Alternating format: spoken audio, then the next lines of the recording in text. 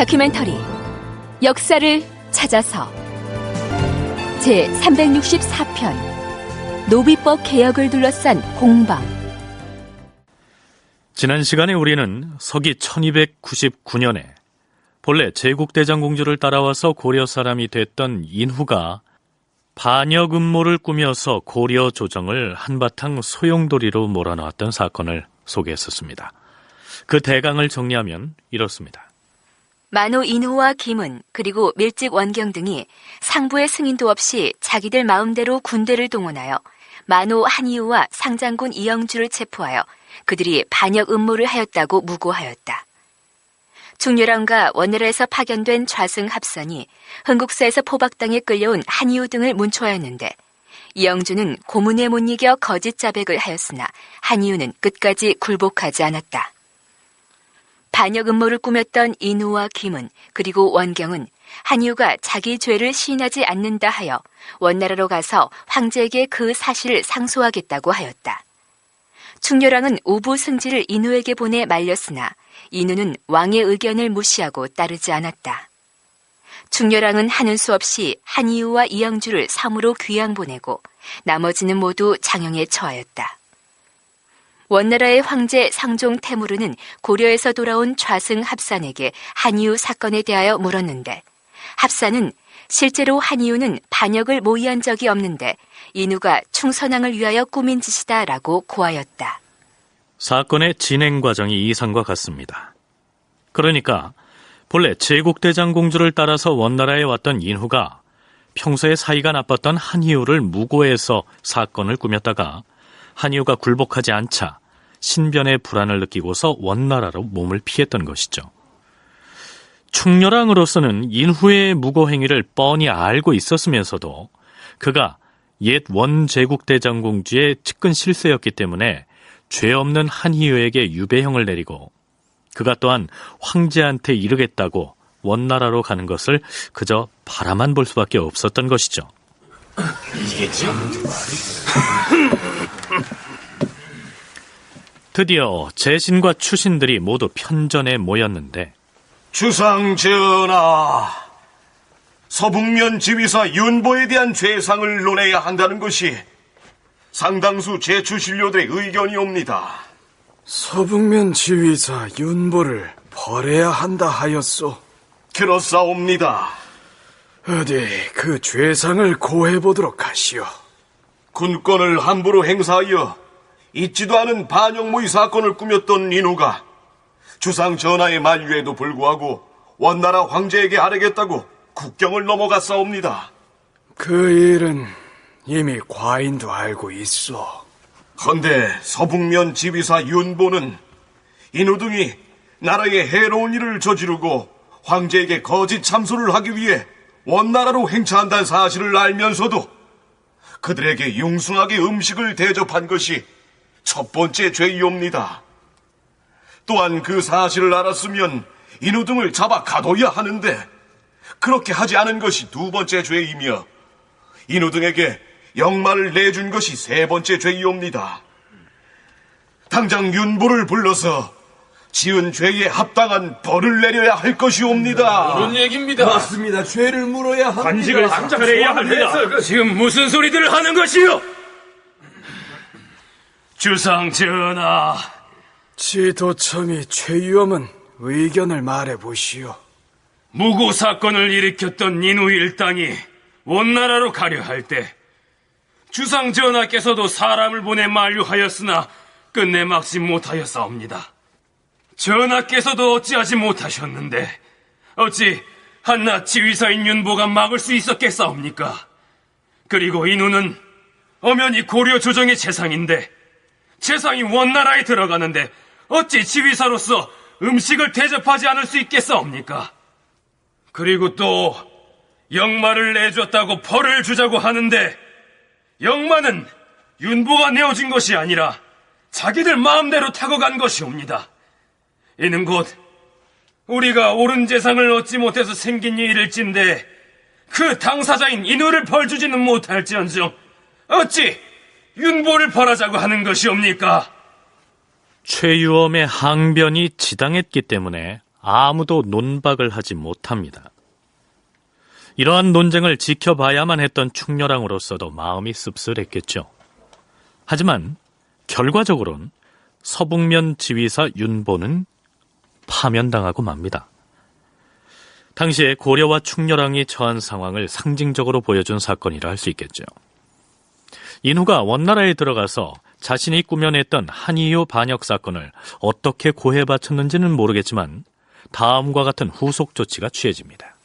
원나라에서 타페와 활활부라 등을 고려에 보내와서 귀양 갔던 한이유를 비롯하여 이영주와 원경, 그리고 판밀직사사 류비, 도평인옥사 송지안을 잡아서 돌아갔다. 류비는 원나라 좌승 합산이 한이유를 국문할 때 통역을 맡은 자였고, 송지안은 문서를 작성한 자였다. 무고 사건의 중심 인물이었던 한이유뿐만 아니라 원나라 관리가 그를 신문할 때 통역을 담당했던 사람, 또 진술조서를 작성했던 사람까지 모두 잡아가 버린 것이죠. 인후가 이 사건을 일으켰던 목적이 원나라에 가 있던 충선왕의 복위를 꾀하자는 데 있었으니 비록 다시 왕위를 차지했다고는 하지만 이 시기 충렬왕의 권력 기반이 대단히 취약해진 상황이었다는 사실을 짐작할 수 있습니다. 충렬왕 25년 4월 원나라에서 공부상서 야선 천모가와 한림대제 가여주가 사신으로 고려에 오는데 성종 태무르는 이들에게 보낸 조서에서 3가지 사항을 지시하고 있습니다. 첫째, 선대 황제인 세조께서 이미 결정한 관부들과 황제의 임명을 받았던 인원들은 변경해서는 아니 될 것이다. 둘째, 황실로부터 임명받은 관리가 죄를 지었을 때는 모름지기 그 사장의 전말을 상세하게 보고할 것이며 경솔하게 죽이지 말아야 할 것이다.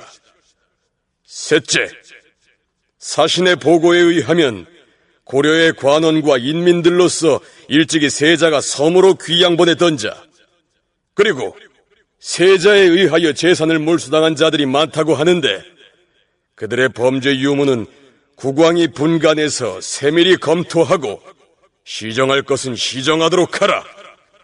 원나라에 가 있던 세자, 즉 충선왕이 수개월 동안 왕위에 있을 때 잘못 처리한 내용에 대해서는 충렬왕에게 알아서 고치라고 하면서도 죄를 지은 관리가 있더라도 함부로 죽이지 말고 그 전말을 원나라에 보고하라고 통보하고 있는 것이죠.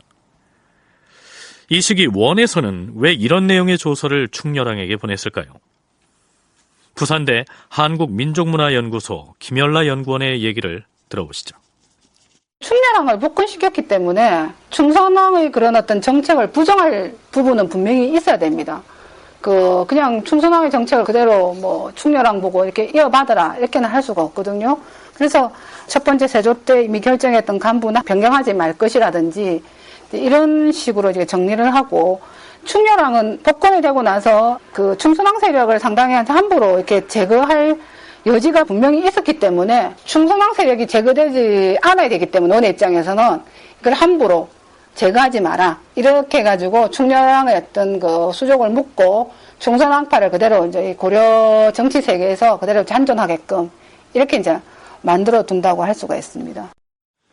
자, 상황이 이렇게 어렵게 돌아가고 있었으니 충렬왕에게는 자신에게 충성을 바칠 측근 세력이 더욱 절실하게 필요했겠죠. 자, 어려워 말고 어서들 마시거라. 아니, 무엇들 하고 있는 것이냐? 악사들은 풍악을 올리고 모이들은 춤을 춰라.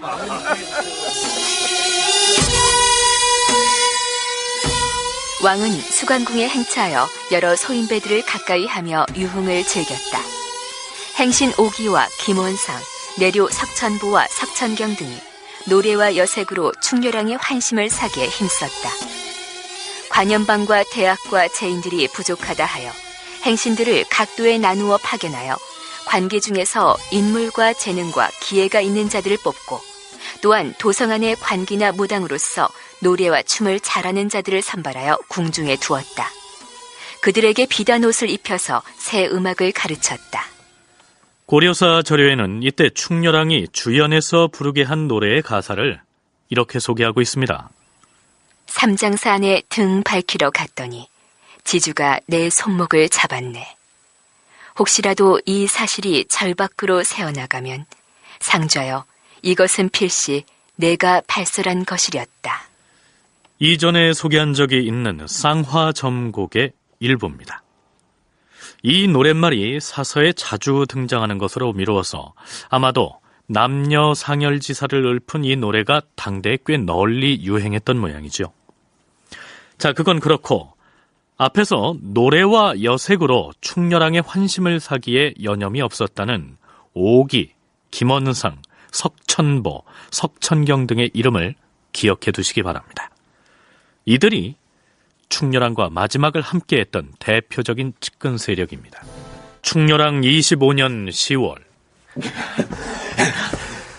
주상 전하, 지금 원나라에서 활리길사와 야율희일이 이미 국경을 넘어 우리 고려로 오고 있다 하옵니다. 아니, 그자들이 황제의 명을 받고 사신으로 오는 모양인데 어찌 그리 칠에 겁을 먹고 두려워하는 것이요? 전하, 그자들은 단순한 사신들이 아니옵니다. 사신이 아니라면 무슨 용무로 온단 말이요? 활리길사는 황제로부터 정동행 중서성 평장사의 명장으로 받아가지고 오고 있다 하옵고, 야율희일은 황제로부터 역시 정동행 중서성의 좌승으로 임명되어서 이제 고려에 상주하면서 우리의 국정을 간섭할 것이라 하옵니다. 아니, 일본 정벌이 중단돼서 정동행성은 그 이름마저 유명무실해진 지 오래인데 새삼스레 지금에 이르러 평장사와 좌승을 임명해 파견하다니. 잠깐, 여기서 원사 외이열전의 고려전에 실려있는 기사 한 대목을 소개하면 이렇습니다. 합산이 고려의 사신으로 갔다가 돌아와서 황제에게 지금 고려의 국왕은 그 나라의 백성들을 복종시키지 못하고 있으니 우리 원나라 조정에서 관리를 파견하여 고려왕과 함께 다스리게 함이 옳을 것입니다 라고 하였다. 그래서 드디어 정동행성을 다시 설치하고 활리길사를 고려의 행성평장사로 삼았다. 현재 충렬왕이 고려의 백성들을 제대로 다스리지 못하고 있으니 원나라에서 관리를 파견해서 고려의 국왕과 함께 국정을 담당하도록 하겠다. 이런 얘기죠. 그렇다면 이러한 목적으로 파견되는 원나라 관리의 벼슬이 왜 하필 정동행성, 즉 정동행 중서성의 평장사 혹은 좌승이라는 이름의 관직일까요? 김열라 연구원의 얘기입니다. 이 정동행성은 일본의 침략 때문에 하포 지금의 창원 지역에 설치된 청해본 임시기구라 할 수가 있는데 여원 동맹군이 일본의 정부를 2차례에 걸쳐 이제 실패로 끝나고 난 이후에 이게 철거가 되지 않고 이제 고려의 어떤 그 지배기구로서 이렇게 변질이 됩니다. 지배기구로 변질이 된다 하더라도 세조의 정치 스타일 자체가 고려의 어떤 자치성을 어느 정도 인정하는 그런 어떤 입장이었기 때문에 정동행성의 어떤 평장이라든지 이런 어떤 그 지위 자체를 충렬왕이라든지 이런 사람들이 뭐 겸직하는 그런 어떤 행태를 갖다가 취해왔기 때문에 정동행성이 이게 고려를 통해 가지고 직접 지배를 하는 그 분위기는 분명히 그렇게 많지 않았다라고 생각이 들거든요. 다시 설명을 하자면 원나라에서 동쪽 지역, 즉 일본을 정벌하기 위해서 지금의 마산에 해당하는 하포에 설치됐던 것이 정동행성이고, 당시에 그 정동행성의 장관직을 고려의 국왕이 겸임했던 것인데요. 일본 정벌 계획이 취소됐기 때문에 이 정동행성이라는 기구 역시 유명무실해진 것이죠. 그런데 이 시기에 이르러서 원나라에서 고려의 내정을 감독하기 위해서 관리를 파견해야겠는데 그 관리에게 부여할 관직 명칭을 무엇으로 할까? 이걸 궁리하다가 예전에 그 정동행성을 다시 살려서 활리길사를 정동행성의 평장사로 임명해서 고려에 보냈다. 이러한 얘기입니다. 국사편찬위원회 박한남 편사연구관은 원에서 정동행성의 평장사를 파견한 배경을 이렇게 설명합니다. 이때가 25년이기 때문에 충렬왕이 다시 복위하고 난 그 이듬해고 여전히 충렬왕과 충선왕 파의 세력 다툼이 존재하고 있었을 상황이기 때문에 그 원의 입장에서는 충렬왕을 감시할 수 있는 원나라 관리를 파견하는 것은 당연하다고 저는 생각이 됩니다. 그리고 그것을 활용할 수 있는 게 바로 정동행 중서성의 존재가 유명무실하다고 하지만 폐지된 것은 아니기 때문에 언제든지, 그리고 실제로 활리길사 등등 자주 고려에 파견돼서 하나의 그 충렬왕의 그 내정에 간섭하고 때로는 그 상황을 중앙에 보고하는 역할들을 해왔던 것 같습니다. 이렇게 해서 이윽고 정동행성의 평장사로 임명된 활리길사와 좌승 야율희일이 고려에 옵니다. 노골적으로 고려의 내정을 간섭하겠다는 것이었으니 그 의도를 간파한 충렬왕으로서는 원조정에 자신의 생각이 어떠하다는 얘기 정도는 전해야겠죠. 황제 폐하, 우리 고려가 여러 대를 이어내려오면서 귀국에 충성을 바쳐온 지도 무릇 80여 년에 이릅니다. 그동안 해마다 빠짐없이 예물을 보냈으며 저는 일찍이 세자로 있을 때에 수기로 입시하였다가 황실과 혼이 나게 돼서 이전에 황제 폐하와 장인 사위의 관계를 맺기까지 되었으니 실로 지극한 은혜라 여기고 있습니다. 그러니 바라옵건대 우리나라로 하여금 조상 때의 관례를 바꾸지 않고 유지하게 해주시어서 영원히 범방으로서의 직책을 다할 수 있게 하여 주기를 바랍니다. 바꾸어 말하자면 지금껏 유지되어온 고려 국왕으로서의 권한과 통치를 방해하지 말아달라는 뜻이겠죠. 충렬왕 26년 4월 원나라의 황태후, 즉 성종태무로의 어머니가 세상을 떠납니다. 당연히 충렬왕이 황태후의 조문을 위해서 원나라를 향해 떠났는데요. 그 사이에 정동행성의 평장사 활리길사가 무슨 일을 하는지 살펴보죠. 승려 천고와 동경유수 라윤을 잡아오라 하였는데 어찌 되었는가? 예, 명령대로 천고와 라윤을 포박하여 압송해 왔습니다. 천고 저자는 요망스러운 사수를 부려 사람들을 현혹시켰으니 그 죄가 결코 가볍지 않다. 내가 이미 중서성에 공문을 보내 허락을 받았으니 황제를 대신하여 벌을 내릴 것이다. 천고에게는 장형을 가할 것이니 끌고 가도록 하라. 또한 라윤 저자는 옥에 가두도록 하라. 어떻게 된 일이냐 하면 그 내용이 이렇습니다. 천고라는 종이 붉은 글씨로 기와 거북의 잔등에다 괴이한 글을 써서 해숙사 석탄 밑에다 묻었다가 얼마 후에 자기 손으로 파내어서는 이 거북은 심히 신기하고 이상한 거북이다라고 말하면서 여러 사람들을 현혹시키려고 하였으므로 활리길사가 중을 붙잡아다가 곤장을 쳤다. 또한 동경유수 라윤은 이것을 금지하지 않고 도리어 그 요수를 믿었다는 이유로 행성에 잡아가 두었다. 생각하기에 따라서는 천고라는 그 승려의 행위는 나름의 종교 행위라고 할 수 있을 것인데요. 사람들을 현혹시켰다고 해서 곤장을 치는가 하면 승려의 그런 행위를 금하지 않고 오히려 그것을 믿었다고 해서 옥에 가둔 것을 보면 충렬왕이 자리를 비운 사이 정동행성 평장사로서의 힘을 과시해보겠다는 의도가 아니었을까요? 그건 그렇고 황태후의 장례에 참여하기 위해서 원나라에 갔던 충렬왕이 돌아오는데요. 빈손으로 오지 않습니다. 누구와 함께 왔는지 들어보시죠.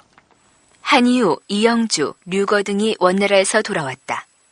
충렬왕이 원나라에 들어가 황제 앞에서 한이후와 인후와의 시비곡직을 밝혔기 때문에 한이후 등이 석방되어 돌아온 것이다. 인후가 한이후를 무고해서 조작했던 반역음모 사건의 내막을 밝히고 원에 끌려갔던 한이후 등을 석방시켜서 데리고 온 것이죠. 고생이 많으셨습니다, 전하. 과인이 나라를 비운 사이에 조정 일을 맡아 하시느라 평장사께서도 고생이 많았소. 그런 문제는 차차 얘기하기로 하고 황태후 폐하의 장례에 참여하기 위하여 먼 길을 다녀오셨으니 그 노고를 위로해드리기 위해서 오늘은 내가 전하를 위해 연회를 마련했습니다. 과인을 위해서 연회를 베풀어 주시다니 고맙습니다, 평장사. 여기까지는 적어도 표면적으로는 충렬왕과 평장사 활리길사 사이에는 큰 마찰이 없는 듯 보이는데요. 그러나 그해 10월 평장사 활리길사는 원나라 황실을 움직여서 고려의 귀족 사회를 한바탕 뒤흔들어 놓을 제도 개편을 시도합니다. 고려 조정은 발칵 뒤집혀지게 되죠. 평장사로운 활리길사 저자가 필시 우리 고려 왕조를 멸망시키려고 그러한 불순한 보고를 원나라 황실에 건의한 것이 아니겠습니까? 아니, 그게 무슨 말인지 차근차근 좀 말해보시오. 아직 못 들었어. 노비 제도를 바꾸겠다는 것이 아니오. 아니, 노비 제도를 어떻게 바꾸겠다는 것이며 또 그것이 왜 우리 고려 왕조를 망하게 할 음모라는 것이오? 전한 족속이 양인을 만나 혼인을 해도 그 소생이 천민으로 되는 우리 고려의 제도가 옳지 않으니 고치라는 것인데 우리가 어찌 이를 받아들일 수 있단 말이오? 천한 족속은 본디 그 종자가 따로 있는 법인데 양인과 혼인을 했다 하여 그 소생이 양인이 된다 하면 항차 이 땅에는 노비의 씨가 마를 것이 아니겠소? 문제는 건국 이래 지금까지 변함없이 유지되어 온 노비법을 평장사 활리길사가 전면적으로 고치겠다고 청을 넣었는데 황제가 그 청을 이유 있다고 생각하여 맞장구를 쳤다는 것이오. 아니 될 일이지요.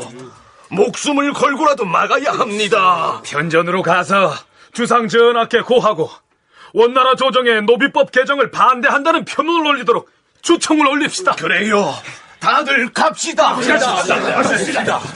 그렇다면 원나라에서 온 정동행성의 평장사 활리길사가 원조정의 건의에서 고려의 노비법을 어떻게 고치려고 했다는 것일까요?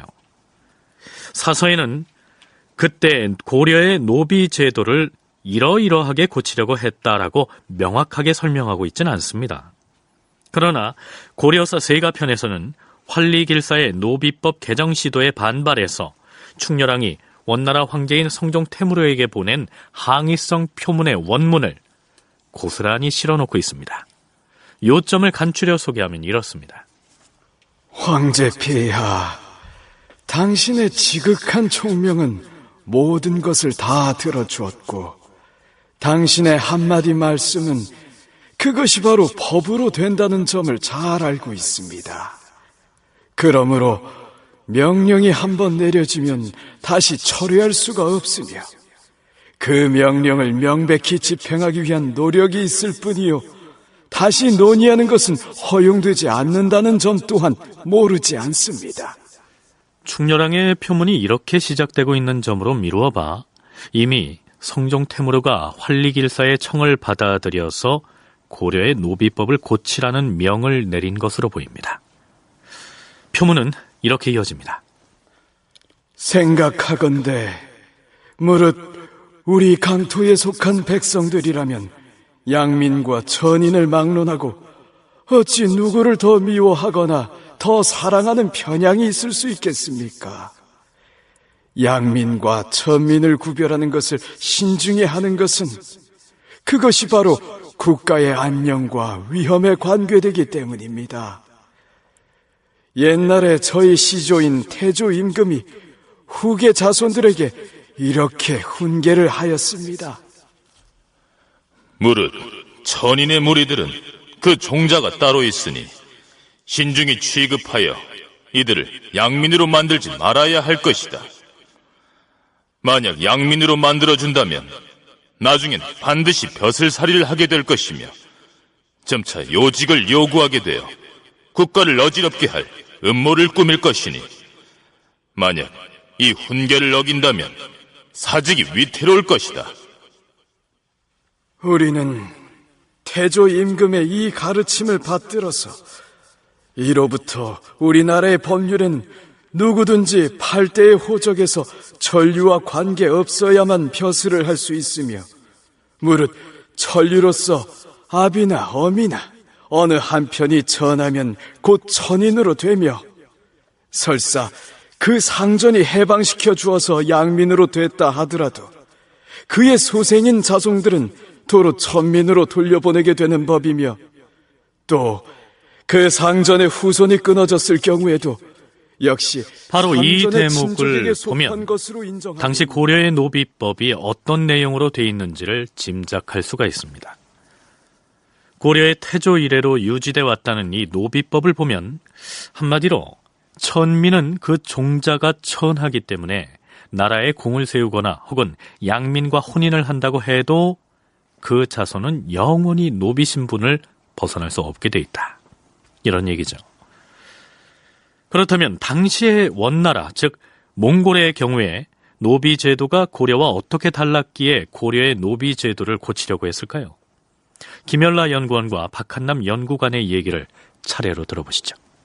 양천 교원은 원칙적으로 금지합니다. 원어 같은 경우는 자발적으로 결혼하는 거하고 뭐 속여서 결혼하는 크게 두 가지 그 이유를 들어가지고 자발적으로 결혼을 했을 경우 뭐는 허락을 한다. 다만 그게 소생은 전인으로 만든다. 라고 하는데 만약에 강압적이거나 뭐 사기를 하거나 불법적인 어떤 요소에 들어갔을 때는 양인으로 소생은 양인으로 만들어준다라고 이렇게 하고 있거든요. 그래서 양천 결혼을 해가지고 몽땅 양인이 되는 것은 아니고 자식이 다 양인이 되는 것은 아닌 것 같습니다. 근데 일정 부분이 양인이 되는 부분이 적지 않고 또 국가정책 자체가 양인 양성을 더 좀 반기는 부분이 분명히 있었기 때문에 그 고려의 어떤 노비관과 원의 노비관은 상당히 좀 이질적이었다고 생각이 들고, 그 몽골의 신분제는 다민족 국가라서 그 몽골인, 생몽인이 지배층이고 피지배층은 바로 한족, 그 다음에 여진족, 거란인, 고려인, 그 다음에 끝까지 그 몽골에 저항했던 남인, 남송인들 있죠. 이들이 피지배층이에요. 그러니까는 몽골인의 입장에서는 어느 나라 소속이냐, 어느 민족 소속이냐에 대해서 신분이 굳어졌던 몽골의 입장에서는 그 고려적인 그런 그 양천, 뭐 사신분이든 양천돈이든 그런 신분제를 이해할 수가 없었던 것이 하나 있고, 두 번째, 많은 양민을 통해서 세금을 많이 거둬들이면 그만큼 몽골에게는 이익이었기 때문에 노비에 대한 환속을, 노비법 폐지를 주장했던 것이죠. 원나라에서 이렇듯 자국의 제도와 다른 고려의 노비법을 고치려고 시도했던 것이 이때가 처음이 아니었다는 사실이 충렬왕의 표문을 통해서 나타납니다. 예전에 우리나라가 강화도에서 육지로 나올 때에 선대 황제신 세조께서 다루가치를 파견해 통치하였는데, 그때에도 어떤 사람이 우리 고려의 노비법을 변경시키려고 하였습니다. 그리하여 정확한 내용을 조정에 보고하였더니 귀국 조정에서 의논하고 현명한 판단을 내려서 모든 것을 우리나라의 관습대로 답습할 것을 지시하였으므로 간사한 무리들이 다시는 더 노비법을 고칠 수 없게 되어 지금까지 이르렀던 것입니다. 충렬왕은 자신이 입조했을 때 알아듣게 설명을 했는데도 원나라 황제가 천민과 양민의 문제를 다시 재고해서 결제받으라고 한 것은 고려를 비방하는 자들의 농간에 황제가 현혹됐기 때문이란 식으로 이례적으로 강경하게 반발을 하고 있습니다. 요즘 세상을 기준으로 보면 이 인간 존엄의 견지에서 보자면 고려의 노비법이야말로 반인권적인 법이라고 할 수 있겠는데요. 그렇다고 원나라에서 고려 천민들의 처지를 딱하게 여겨서 제도를 고치자 이렇게 했을까요? 다민족 국가의 몽골의 신분지조가 전혀 다르기 때문에 몽골의 입장에서 이해가 안 되는 부분이었던 것 같아요. 그리고 또 노비라는 것은 사야는 재산이고, 그러니까 원의 입장에서는 양민이 많으면 그만큼 더 많은 세금을 걷어들이는 이유가 되는 건데, 노비가 많으면 그만큼 원의 입장에서도 별로 달가없지는 않을 것 같아요. 그렇지만 고려 입장에서는 노비 제도가 무너지면 고려의 근간이 무너지기 때문에 적극적으로 반대할 수밖에 없고, 그것은 충렬할 뿐만 아니라 그 고려 지배층의 모두의 의견일 수밖에 없었던 거죠. 원나라에서 고려로부터 세금을 징수하거나 전시에 군사를 징발할 때에는 고려의 민호가 몇 호인가를 따지게 되는데요. 노비는 양민들의 사유재산에 해당하기 때문에 노비를 양민으로 만들어서 민호의 수를 늘리는 것이 자신들에게 유리했던 것이죠. 그런 계산 때문에 고려의 노비법을 고치려 했던 것이고, 고려의 경우에는 만일 노비들이 양인이 될 수 있는 길을 열어놓으면 귀족 사회 자체가 무너질 염려가 있기 때문에 조정 관리들이 입을 모아서 반대를 했던 것입니다. 고려에 온 평장사 활리길사가 막강한 권세를 휘두르자 그 권세에 빌붙어서 개인적인 원한 문제를 해결하려는 자들이 나타나기도 합니다. 전임 판밀직사사 류비는 과거에 송분에게 원한이 있었는데 원나라에서 활리길사가 고려에 오자 충렬왕 26년 11월에 류비는 활리길사를 찾아갔다. 평장사 나으리, 원나라 황실에 대하여 불충한 행동을 보인 자를 고발하려고 찾아왔습니다. 감히 황실을 욕보인 자가 있다 하였느냐? 어서 고해보라. 지난번에 장한열이라는 사람이 원나라의 황태우 폐하가 붕어하셨다는 소식을 전하였을 때 그 말을 들은 송분이 대뜸 설비사라고 말하였습니다. 그자가 뭐라 했다고? 설비사란 중국말로 기쁜 소식을 전한다는 그런 뜻이 아닙니까? 송분 그자가 분명 그리 말하였습니다. 황태우 폐하의 붕어를 기쁜 소식이라 했단 말이냐? 예, 나으리. 그렇게 말하는 것을 김심과 김현수도 함께 들었습니다. 그자들을 당장에 불러다 대질 신문을 할 것이다. 여봐라! 송분과 장한열을 포박해 오도록 하라! 예! 활리길사가 송분과 장한열 등을 체포하여 대질하게 하였으며 또한 송분의 아들 우부승지 송린, 낭장 송유, 장군 송서와 그의 조카 좌부승지 송방영, 장군 송신당 등을 잡아다 순마소에 가두었다. 이렇듯 활리길사가 마음대로 권세를 부리고 뇌물을 받으며 좋아하고 미워하는 것이 공정치 못하여 재상부터 아랫사람에 이르기까지 잘잘못을 불문하고 조금이라도 제 마음에 거슬리면 매질을 하거나 옥에 가두기도 했으므로 사람들이 뇌물을 바치지 않은 이가 없었다. 활리길사의 이러한 행태가 원나라 황실에도 암암리에 보고가 됐던 모양입니다. 이듬해인 충렬왕 27년 3월. 다들 들었는가?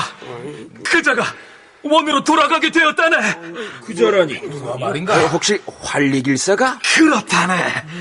황제가 그 작자에게 당장 들어오라는 소환 명령을 내렸다지 뭐야. 원나라에서 정동행성의 평장사 활리길사가 능히 고려의 인민을 인화로서 안정시키지 못했다 하여 파면하니 이에 활리길사는 관속을 데리고 돌아갔다. 활리길사가 소환되고 나서 한 달 뒤 원나라 황제 태무르는 충렬왕에게 이러한 내용의 조서를 보내옵니다. 지난번에 그대 나라의 사정이 불안하였으므로 평장사 활리길사 등을 보내 임시로 왕과 함께 국사를 돌보게 하였으나 짐이 활리길사를 오랫동안 거기에 둘 생각은 아니었으므로 이제 모두 조정으로 돌아오게 한 것이다. 그러나 활리길사 등이 와서 말한 것을 들으니 그대 나라에서 예법을 참람하게 쓰고 형벌을 아무렇게나 실시하며 쓸데없는 관원이 많아서 백성이 피해가 된다 하므로 중서성에 명하여 공문을 보내 이를 깨우치게 하였다. 평장사로 파견한 활리길사가 고려에서 전횡을 해서 소환했다고 인정하진 않고 고려의 충렬왕이 형벌을 함부로 한다. 혹은 백성에 비해서 관원의 수가 지나치게 많다는 등 이런저런 지적사항들을 조서에 담고 있습니다. 그러나 활리길사를 소환함으로써 충렬왕에게 일정 부분 힘을 실어주고자 한 것은 사실인 것 같습니다. 왕권이 대단히 강할 때는 부원 세력이 물론 왕도 부원 세력이긴 하긴 하지만은 왕의 그 통제 안에 들어갈 수가 있지만은 왕권이 약하게 되면은 부원 세력은 직접 원과의 교류를 통해 가지고 왕을 억압하고 그러다 보니까 그 원의 입장에서도 고려를 지배하는 데서는 하나의 통로가 필요하거든요. 근데 하나의 통로가 상당히 오랫동안 이게 잘 이루어지지 않았던 것이 또 원의 입장에서는 고려 지배에 상당히 또 문제가 되었기 때문에 이런 것들을 이 시기에 많이 지적을 하는 것 같아요. 그리고 또 한 가지, 고려에 지나치게 관리의 수가 많다고 한 것은 무슨 의미일까요? 고려에 정동행성의 평장사로 파견됐다가 소환당한 활리길사가 원나라에 돌아가서 황제에게 보고한 내용 중에 일부가 원사에 실려 있습니다. 소개하자면 이렇습니다. 황제 폐하, 고려국의 왕이 스스로 설치한 관청의 수가 358개이고 벼슬아치는 4055명이옵니다. 그들은 옷과 밥을 모두 백성들로부터 취하면서 다시 가혹하게 세금을 거두고 있는 실정이옵니다. 게다가 부역이 빈번하고 부역 징발에 나가지 못하면 백성들을 결박하고 구속하여 능욕을 일삼고 학대하니 그들이 고통을 못 이겨 원한이 쌓여가고 있는 실정이옵니다. 또한 성곽과 각 주연이 헛도니 이름만 있고 실속은 없으며 백성은 적은데 관리만 많으니 그 속국으로서 해야 될 육사에 입각해서 볼 때도 역참을 제대로 운영하고 있지도 않고 또 이 양민이 많아야 되고 하를 일꾼이 많고 그래야 되는데 왕의 정책 결정에 그 뭐랄까 조언을 한다 그럴까 하는 그런 관리들의 숫자만 많으니까 그 원의 입장에서는 여러 가지 고려 행정이 달갑지가 않았던 것이죠. 활리길사가 자기 유리한 대로 다소 과장을 섞어서 보고했을 수는 있겠으나 관청이나 관원의 수를 끝자리 수까지 밝히고 있는 점으로 미루어서 관원의 수는 지나치게 많아 백성들이 고통을 받는 구조였던 것은 사실이었던 모양입니다. 이어서 중서성에서는 황제의 지시를 받아서 다음과 같은 공문을 보내오는데요. 고려 왕이 근자에 표문을 올려서 선조의 유풍을 변경하지 않기를 청하였는데 노비에 관한 일은 본국의 옛 풍속이라고 말하니 그 말은 얘기가 된다 할 것이다. 고려 측의 반발이 워낙 심했기 때문인지 원나라에서도 고려의 노비 제도를 바꾸려는 시도는 그만 포기한 것이죠.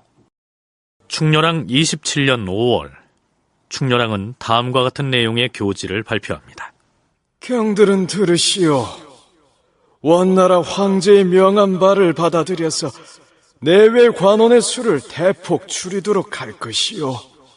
또한 관원의 칭호가 원나라와 같은 것은 모두 고칠 것이요. 더불어서 지황 대신으로 자포를 착용할 것이며 황산도 홍산으로 바꾸도록 하고 무도와 경필의 예도 없애도록 할 것이니 그리 시행하도록 하시오. 우선 지황, 자포, 황산, 홍산, 무도, 경필 등이 무슨 뜻인지 용어부터 설명하면 이렇습니다. 지황은 성스러운 주황빛 의복을 의미하며 자포란 임금이 착용하는 주황색의 옷을 일컫는다. 홍산은 햇볕을 가리기 위한 붉은 양산으로서 황실의 의장 행렬에 사용되며 황산은 노란색 양산으로 왕실의 의장에 사용된다. 무도란 조회 때 신하가 임금 앞에서 행하는 의례 절차의 하나로 손을 휘두르고 발을 구르는 의례를 말하며 경필은 임금이 거동할 때 강제로 통행을 금하는 일을 의미한다. 충렬왕은 갑자기 왜 이런 조치를 취했을까요? 역시 고려의 정동행성의 평장사로 있다가 돌아간 활리길사가 원나라에 돌아가서 이런저런 보고를 했기 때문이죠. 황제 폐하, 고려 조정에서 큰 모임이 있을 때면 왕을 위하여 손잡이가 굽은 해가리개와 용을 그린 병풍이 등장하고 왕이 거동할 때 사람들의 통행을 못하게 하고 여러 신하들이 춤을 추며 왕을 향해 만세를 부르는 등 한결같이 우리 원나라 조정에서 하는 의례를 본받고 있사오니 이런 참남된 행태가 너무 심하옵니다. 원과 겹치는 것을 고치는 그런 것이 포인트인 것 같아요. 그래서 황제국으로서의 그러니까는 중국에 대해서는 제후국이지만은 대내적으로 고려 왕은 황제와 똑같은 예우를 했고 예절을 형식을 중요시 했었는데 결국은 충렬왕이 복위 된 다음부터는 더 이제 제후국으로서 위치를 재정립하는 하나의 구체적인 사례를 할 수가 있죠. 그동안 고려는 비록 원나라의 제후국이었으나 왕이 참석하는 대내적인 의전에서는 황제국의 의례를 행해왔었는데 원나라에서 보기에 제후에 불과한 고려 왕이 황제의 의전을 행하고 있으니 문제가 있다는 것이었습니다. 따라서 원나라에서 그 점을 불편하게 여긴다는 사실을 간파한 충렬왕이 착용하는 복색도 황제의 복색인 황색 대신에 붉은색으로 외출할 때 바치는 일산 역시 붉은색의 홍산으로 바꾸고 무도와 경필 등도 금하게 하는 등 스스로 격을 낮추었다. 이런 얘기입니다. 그러한 형식 의례에서마저 원나라의 비위를 거스르지 않겠다는 뜻이었겠죠. 충렬왕 세력이 후반기에 가면 족당 정치라고 이렇게 표현을 할 만큼 상당히 협소한 세력으로 이렇게 전락을 해버립니다. 그런 과정에서 충렬왕이 자신의 입지를 펼치기 위해서는 정말 초창기에 그 원의 그 눈치를 갖다가 볼 수밖에 없는 그런 상황과 대단히 좀 비슷할 수밖에 없거든요. 그러면은 소위 어떤 경필이라든지 이런 것들 자체가 기본적으로 황제들이 하는 그런 어떤 그 신하가 임금을 배하라는 어떤 모습들이기 때문에 그런 걸 스스로 거둬들이고 원에게 이제 어떤 부분은 충성하고 원의 이제 제국으로서 살아가겠다. 그런 것들을 보여준 하나의 제스처라고 할 수가 있습니다. 충렬왕 27년 5월 주상 전하, 신 지도첨의사사 민혼이 옵니다. 그래, 사신단은 모두 떠날 준비를 마쳤느냐? 예, 전하. 원나라 황실에 보내는 과인의 표문도 모두 챙겼느냐? 예, 전하. 그러하오나 맨 나중에 내리신 그 표문도 꼭 황제께 전해 올려야 하는 것이옵니까? 무슨 말을 하는 것이냐? 황제에게 전해 올리지 못할 표문이 어디 있겠느냐? 표문 모두를 반드시 전해야 할 것이다. 알겠느냐? 예, 전하. 지도첨의사사 민혼이 원나라의 사신으로 가게 됐는데 충렬왕이 성종 태무로에게 보낸 표문에 과연 어떤 내용이 담겨 있기에 전해주기를 망설였던 것일까요? 바로 이러한 내용입니다. 황제 폐하, 우리 고려는 땅이 궁벽한데도 불구하고 일찍이 원황실의 공주가 시집온 일이 있었습니다. 우리나라가 오늘까지 존재하게 된 것은 제국대장공주가 이전 황제 폐하 제위기에 시집을 왔기 때문입니다. 그런데 공주가 갑자기 별세하자 한탄의 나날을 보낼 뿐이었는데 젊은 보탑신련 공주가 뒤를 이어오게 되니 그 기쁨을 어찌 말로 다 할 수 있겠사옵니까? 그런데 어찌 황제 폐하가 계시는 궁궐로 잠깐 간다고 하더니 마침내 4년이나 경과될 줄 알았겠습니까? 오랫동안 저의 생각을 말씀드리려고 하였지만은 당신이 듣고 혹 노할까 두려웠습니다. 부부가 함께 살지 않는다면 자손을 얻기가 어려울 것이요. 또 공연히 청춘을 헛되이 늙게 하는 것 아니옵니까? 그래서 저는 그 배필을 고쳐주는 것은 오로지 황제의 마음에 달려있다고 말씀드리는 바입니다. 충선왕이 수개월 동안 국왕의 자리에 올라있다가 왕위를 다시 부왕인 충렬왕에게 물려주고 원나라로 갈 때 왕비인 보탑신련 공주도 함께 원으로 갔었지요. 부부가 함께 원나라에 갔으니 당연히 함께 살고 있을 것이라고 생각되지만 사실이 아니었습니다. 충선왕이 조인규의 딸 조비를 청해하자 보탑신련 공주가 투기를 해서 한바탕 분란을 일으킨 뒤로는 부부 사이가 틀어져서 원나라에 가서도 별거를 하는 상태였던 것이죠.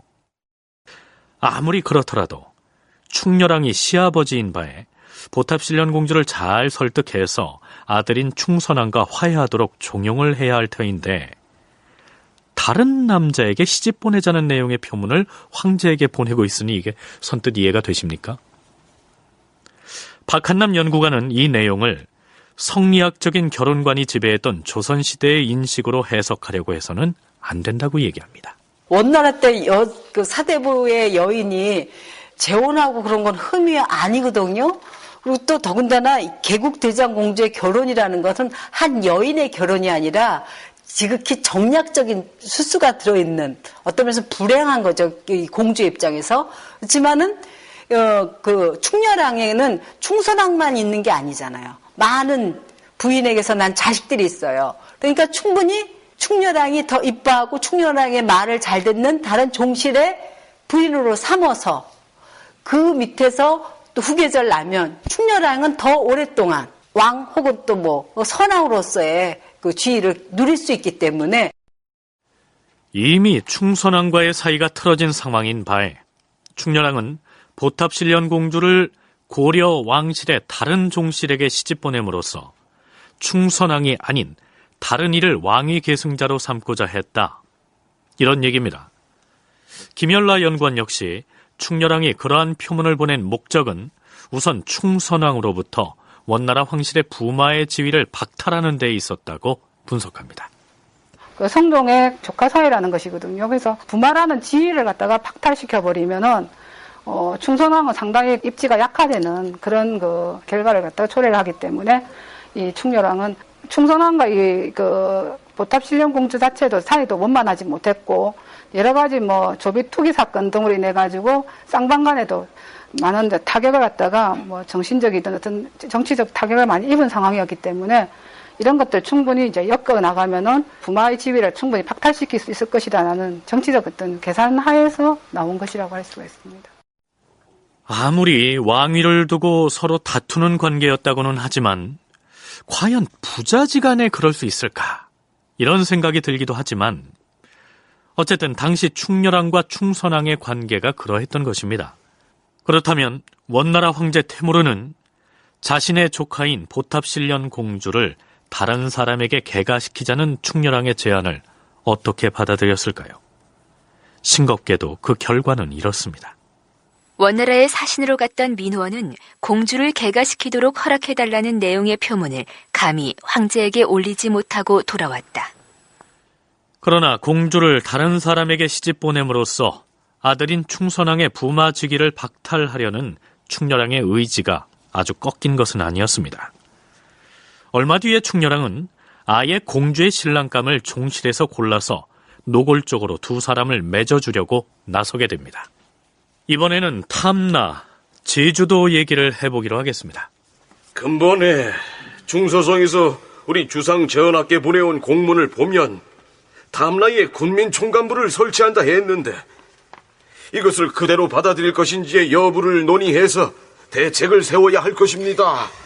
지금의 황제가 즉위 직후에 주상 전하께 탐나를 우리 고려에 돌려주겠다 하였고 실제로 우리가 돌려받아 우리 고려의 군현에 편입하지 않았습니까? 헌데 지금에 와서 탐나의 군민 총간부를 설치하겠다 했으니 그 의도를 모르겠습니다. 탐나에 원나라의 총간부를 둬서는 아니 될 일입니다. 그렇습니다. 쌍성 총관부의 경우처럼 탐나의 총관부가 설치되면 이제 탐나는 원나라 영지로 귀속돼 버릴 것입니다. 무슨 일이 있어도 그것은 막아야 합니다. 무턱대고 총관부는 안 된다 이렇게 하면 원나라 조정에서 받아들이겠습니까? 왜 안 되는지를 설명하고 총관부가 안 되면 어떤 기구로 대체하는 것이 좋겠는지를 얘기해 주어야 하지 않겠습니까? 만호부를 두는 게 어떨까요? 그게 좋겠습니다. 만호부가 낫지. 그렇게 요청합시다. 예전에 하포에 진변 만호부를 둔 적이 있지 않습니까? 그 전례에 따르도록 요구합시다. 어차피 원나라에서 어떤 방식으로든 탐나에 새로운 기구를 두어 지배하려는 터에 만호부를 두어서 그 소속은 여전히 우리 고려에 두도록 요청을 하는 게 좋겠습니다. 총관부일 때는 그 총관의 수장들이 다 이제 원나라 사람들이 임명이 되지만은 만호부는 재상이라든지 고려의 재상 이런 사람들이 겸직을 갖다가 많이 합니다. 그래서 그러다 보니까 이 만호부 체제는 고려 안에서 탐나 지역을 넣어가지고 고려 체제 내에서 그 총관부를 갖다 따로 둬가지고 원이 지배하는 것보다는 고려 체제 안에서 탐나 자체를 이입시켜가지고 지배하고자 하는 어떤 분위기도 함께 좀 풍기지 않는가 이렇게 생각을 합니다. 이렇게 해서 충렬왕 27년 5월에 충렬왕은 원나라에 표문을 보내서 이렇게 요청합니다. 국토가 바다 건너 원수들과 가까이 있으면 반드시 방비를 잘해야 하는 법입니다. 그리고 위험이 닥치면 마땅히 제때에 황제 폐하께 보고할 수 있어야 할 것입니다. 제가 생각건대 저 자그마한 탐나는 외국과 인접해 있는 바 간악한 놈들이 갑자기 오거나 갑자기 가는 일이 있으니 혹 우리의 정세가 누설될까 두려움으로 수비군을 두어서 엄격히 경계하고 무장을 정비해 적이 엿볼 수 없게 만들어야만 할 것이옵니다. 그래서 거기에 군관을 배치해 군대를 지휘하게 하고 황제의 임명장까지 교부하여 위험을 떨치게 하는 것이 좋으리라고 생각합니다. 그런데 중서성의 공문을 받아본 즉 탐라 군민 총관부를 설치하기로 하였다 하니 이것은 실정에 대단히 어긋나는 법입니다. 탐라 총관부는 폐지하고 그 전대로 우리나라에 예속시켜 만호부를 설치하되 하포 진변 만호부의 전례대로 해주기를 바라는 바입니다. 원의 입장에서는 진변 만호부라고 하는 최고 지휘관을 임명하는 권한은 원 황제에게 있는 거예요. 그러니까 진변 만호부를 통해서 원나라는 고려의 군사력을 감독을 할 수가 있는 거고, 고려 입장에서는 군사력이 전혀 없는 것보다는 만호부를 활용해서 자체 경비를 쌓다든가 만일의 사태에서 대비할 수 있는, 그래서 양자가 다 원에게도, 그러니까 윈윈 정책의 결과로 남아진 그 군제가 바로 원 간섭기 때, 이 충렬할 때 만호부라고 할 수가 있는 것이죠. 원나라는 날이 갈수록 고려의 간섭을 강화하려고 전방에 압박을 해오는데 고려는 어떻게든 독립왕조의 지위를 유지하려고 발버둥을 치는 모습입니다.